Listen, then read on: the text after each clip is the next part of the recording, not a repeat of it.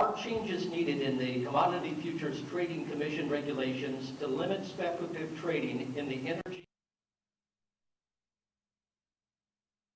Individual and corporate responsibility and accountability.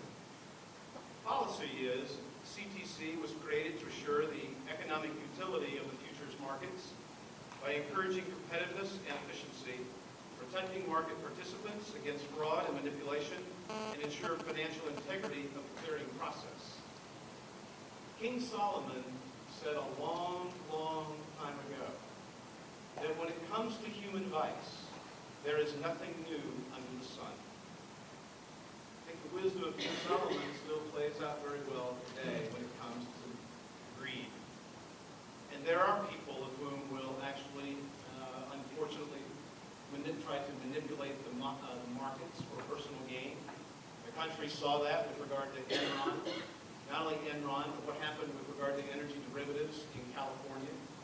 When we did the Farm Bill, that Nels would have voted against, we actually did the reauthorization, and we put in and closed some loopholes with regard to this in that Farm Bill.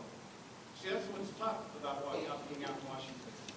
You know, that's what I also just dislike and disdain about politicians, is that they'll come back and they'll say, well, I like this, I like that, but I didn't vote for this, but I like that. Or the most famous one, I voted for it, I liked it, right before I voted against it.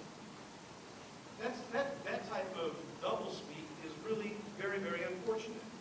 The futures and the options market, I think, are a pretty important function of price discovery because it's about the offsetting and the hedging of risk. So in the Farm Bill, we set forth, again, the regulations with regard to energy derivative markets. I think it was also the right thing to do. Mr. Ackerson, you have 2 minutes. Well, actually, Steve, you did vote against the Farm Bill 3 times before you voted for it, according to the records of the American Farm Bureau Federation on their website. And you're wrong, I would have voted for the Farm Bill. But more important, the precise answer to the Commodity Futures Trading Commission is that it does need to have more oversight, more transparency. We find that a huge percentage of futures contracts right now are in the first 30 days, the short window. And that means they're by people not hedging against a future crop, but they are for speculation purposes.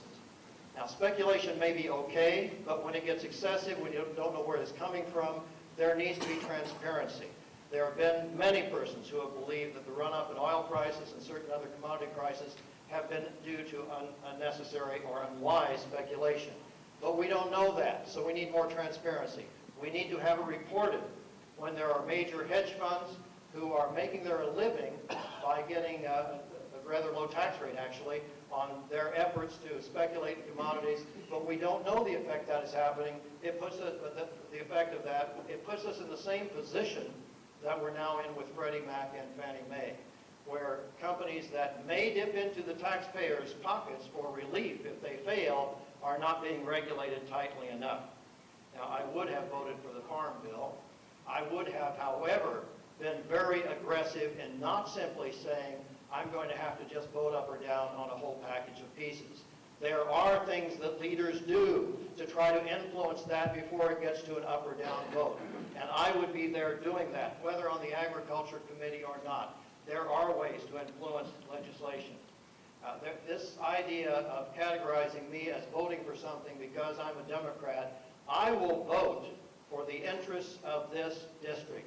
I will not be bullied by any person. Mr. Bowie can run against Ms. Pelosi, whom you mentioned a while ago, but I'm not going to be told by her how to vote. On CFTC or on any of these issues, I will be voting for the people of this district.